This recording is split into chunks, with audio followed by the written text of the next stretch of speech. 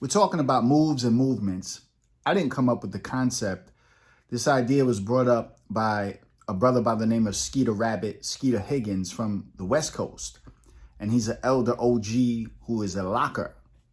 And he, as we had a conversation, came up with the concept of moves and movements. So we see these old videos of the Mills brothers, the Berry brothers, and the like. And we say, look at those moves. Those are breaking moves. But those moves have nothing to do with the movement. The movement of breaking, the movement of hip hop, the movement of the breakers is separated by time and space. And while there are certain moves, particularly we see the move, the helicopter, while those moves are there and present, it does not mean that those moves inspired the movement that would become known as hip hop and the culture. It did not.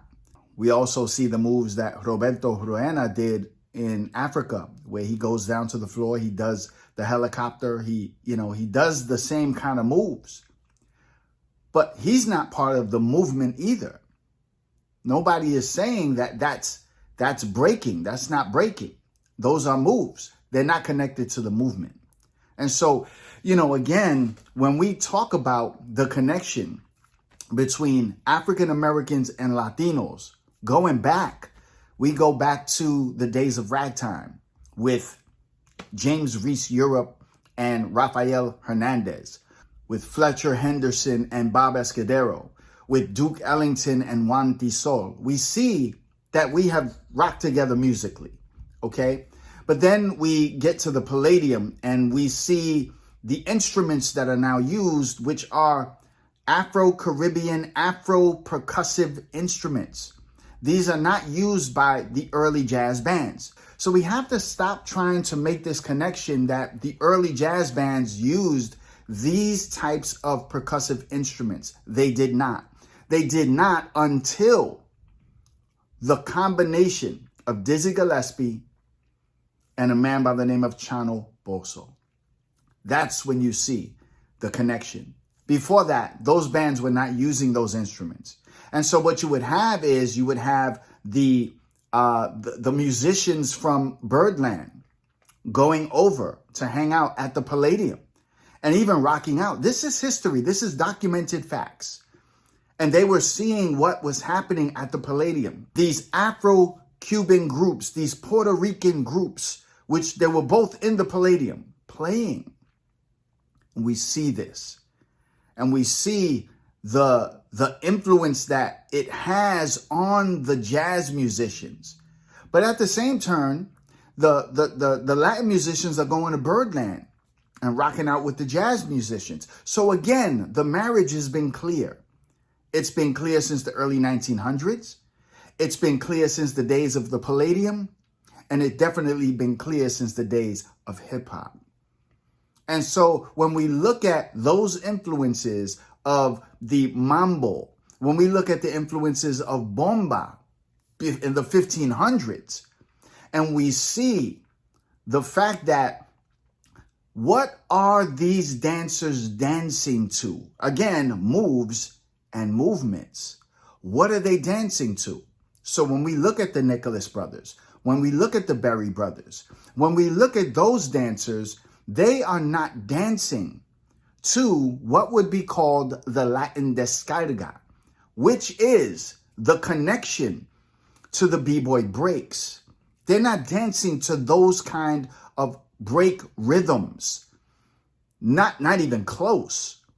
But when you get to the Palladium and you see what the dancers are doing when the mambo craze hits, that's when you start to hear those percussive, they are rocking out to the conga, the bongo, the timbale, the cowbell, the clave. That's what they're rocking to. And so again, moves and movements, that doesn't mean that what was happening at the Palladium was hip hop, because it wasn't. But what I'm saying is the precursor in the sound would be adopted by African American musicians and bands. And this is where the breakers, the b-boys, and first the rockers start to move to this rhythm, which is definitely a connection to hip hop and its culture.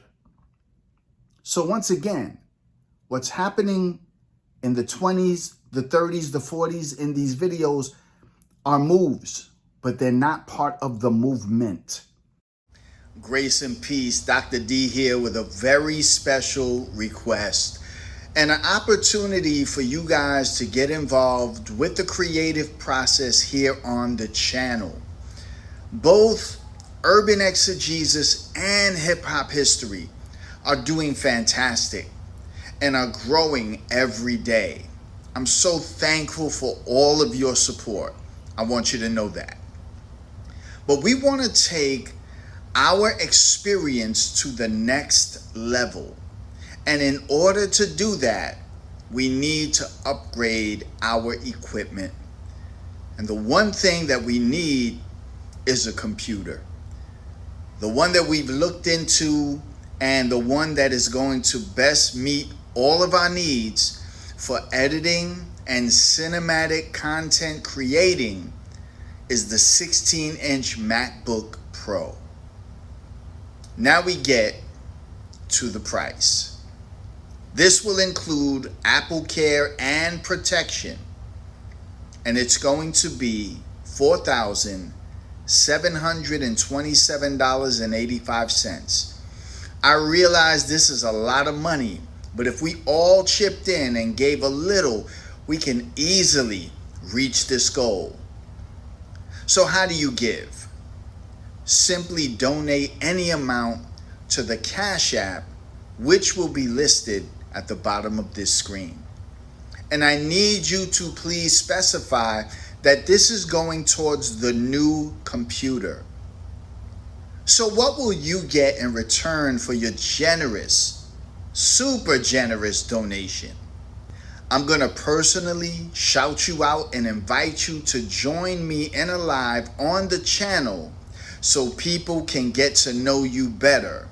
And I'm also going to send you a copy of my book, Son of the Ghetto. Would you please prayerfully consider helping me reach this goal so the content can reach more people in a powerful way? Thank you in advance so much for your time, your energy, and your efforts. Let's do this together. Grace and peace.